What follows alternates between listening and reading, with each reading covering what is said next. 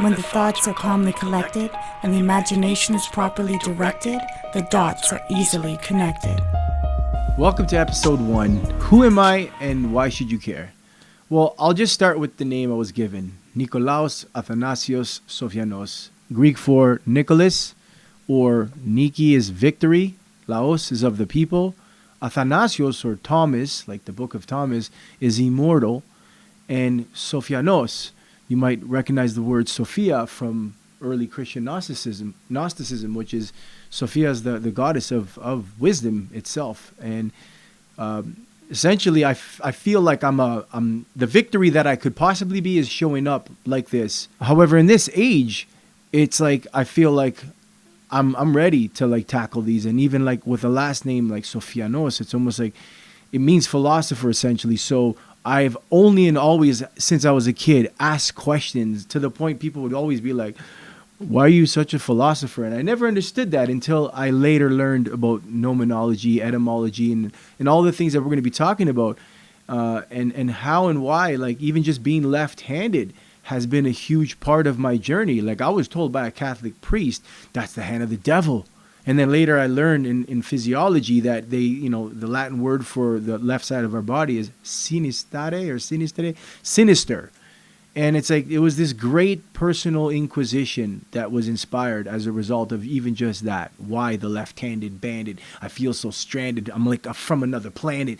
And it's like, no, wait, I've been here before. Athanasios means immortal, perennial, like astrology. And the book of Thomas, like the Gnostic books of the Christian esotericism, are all the very books that were removed from the Bible. And we know that these actually are the books that have everything to do with this perennial knowledge, like astrology, the stuff that were too taboo. And likely in a past life, perhaps I was too, like on the cross, burnt, and made a public example of why not to talk about this stuff, because, God forbid the masses would actually wake up and have knowledge of that one thing that it says on the Oracle of Delphi, Gnose ton avtonsu, man, know thyself. And there's a second part to it, and thou shalt know the universe and the gods. So what I intend to do in this entire podcast is just ask the right questions, because the answers are in the questions, as the philosopher is here to do, and hopefully inspire you to also include like your questions, because this is not about a me, this is truly about a we. And if I break down the astrology, I mean, I could get to that degree of resolution where you'll understand, if you're an astrologer too and you speak that language, like, yeah, Leo, sun, rising, even Mercury, like lions roar, right? And then like all the moon in the third house alongside like Mercury, and like a whole stellium with just Scorpio, like memory, deep water memory of the pain and anguish that comes from either, yes, speaking up this truth in the wrong timeline, or the pain of not speaking the truth when it needs to be spoken. And I believe now the prophecy as laid down so eloquently by the philosopher himself, scholar and philosopher, KRS-One. In the age of Aquarius, truth and knowledge shall take care of us. Well, opposite of Aquarius are the lion energy, us lions who dare, because we care, put our face and our voice out there and share what we know. Because Aquarius is the knowledge. It's about knowing. We are no longer in the Piscean age of belief and the whole religious institution. Now it's telecommunications, it's information. So I just feel like I'm fit and I'm ready for this in this lifetime. I'm no longer scared, and yes, I'm prepared. I got a lot of really great guests. I got a lot of really incredible synchronistic just things that have happened throughout my life that I want to definitely share throughout the course of all of these videos. So also being a musician, when I started studying esoteric science, I should add that the 12 signs of the zodiac, I couldn't not see so blaringly, evidently self-realized truth in self-arising truth in the fact that there's a reason why there's 12 sets of ribs as well in the human body. And this idea, like biblically, that, we are the temple of God, like the kingdom come, the kingdom's here, like the universe wrapped in skin. That's what we are. And my passion for demystifying is why I almost tried to debunk astrology, but by the end I couldn't. Like 12 signs, 12 sets of ribs, 12 notes in the chromatic scale. You know what I mean? The scale that, makes both, I'm talking the black and the white keys, ebonies and ivories. So the yin and the yang coming together to create the big bang. And this is what it's been like for me. It's been an explosion. Even just speaking with like some of the synchronicities of like having connected with people like Santos Bonacci, who face to face told me like, yo, your name and your astrology itself like literally speaks to your destiny. You have to speak. You have to create music, and you have to unite the people, like Mars and Libra, very Gandhi. We're not here to attack, with violence, but we are here to share conversations and ideas that will leave the opposition silenced. Because in that very space is where we're going to find, just like we find in the darkness, the actual light. And when we speak the truth, we all come fully equipped within our DNA as human beings, this truth and BS detector. We know when we hear the truth, what's the truth? You know what I'm saying? So, yeah, I feel like that's another thing, just being like third house, connecting the dots constantly. And of course, I created a program that even does just that, in a sense of rhythm and rhyme, like the language of hip hop. I called it Fit Hop because I like to teach specifically fitness and all different types of fitness.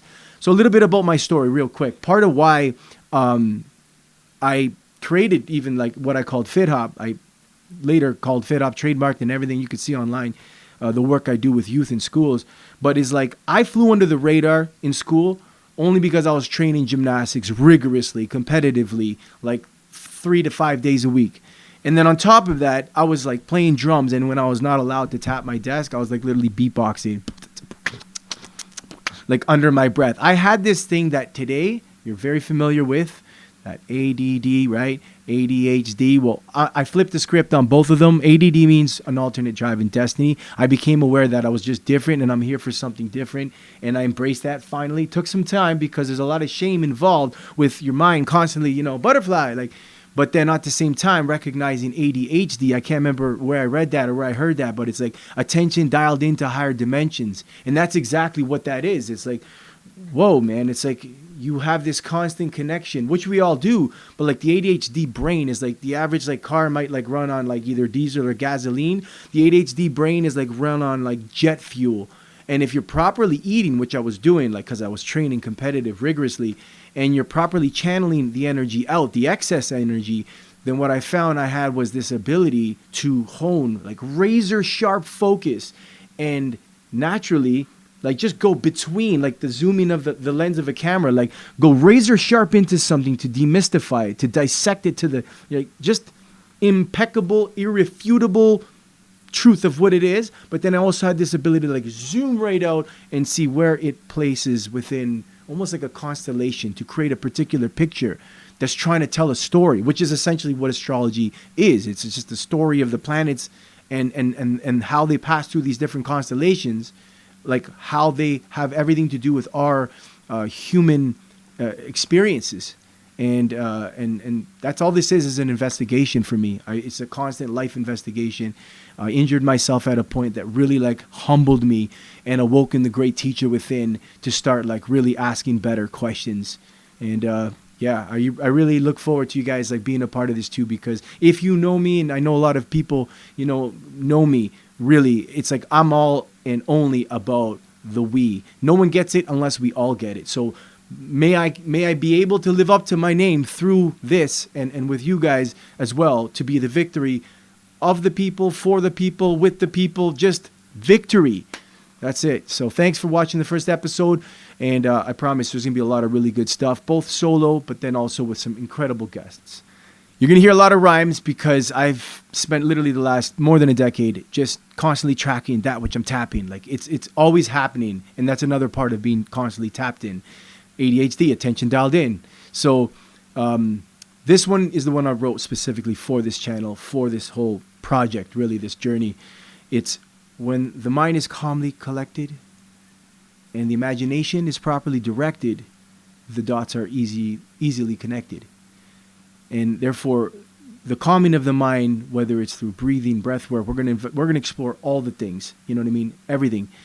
the directing of the imagination is the understanding of archetypes, these primordial psychological faculties of the human psyche, which literally map our mechanism of this mind. Because the Hermetic principle of correspondence, as above, so below, is exactly the law that everything is here. It's like it's macro and microcosmic reflections of everything all at once. It's a matter of constantly being curious, like Da Vinci said, curiosity, and not seeing the world as separate parts. However, all those separate parts are reflections of one singularity and self-similarity. And that's my philosophy. So I'm constantly looking for the genius that's reflected in every different part of me. And that genius includes recognizing all the parts that I'm not. Like Michelangelo said, I merely saw the angel trapped within the rock, and then I just chipped everything away that it was not.